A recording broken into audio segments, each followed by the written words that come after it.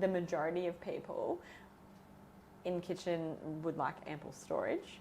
They would like materials for their benchtops and cabinetry that, you know, once you clean it, that it doesn't leave marks and things, so you don't have to keep on, you know, you wipe it down, then you have to wipe it down again, you have to wipe it so it doesn't have marks.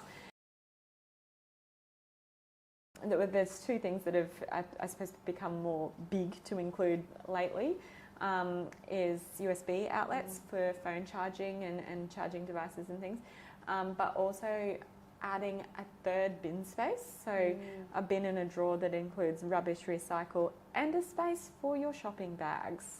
Yeah, because most kitchens don't have a lot of space, and now we need another little bin essentially for those things. If you're finding this video helpful, click like to let us know you want to see more.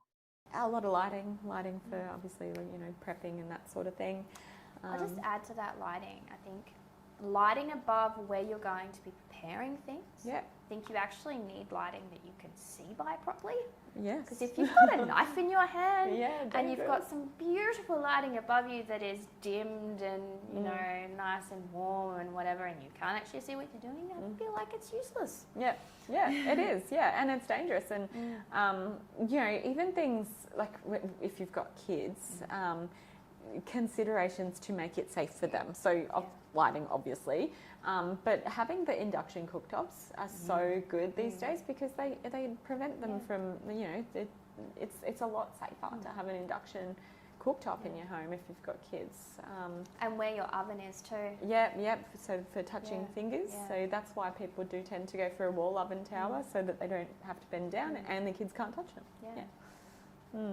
And can't climb on the doors and do all that sort of fun stuff that kids love to do. Yeah, oh look, there's probably a way they'll find it.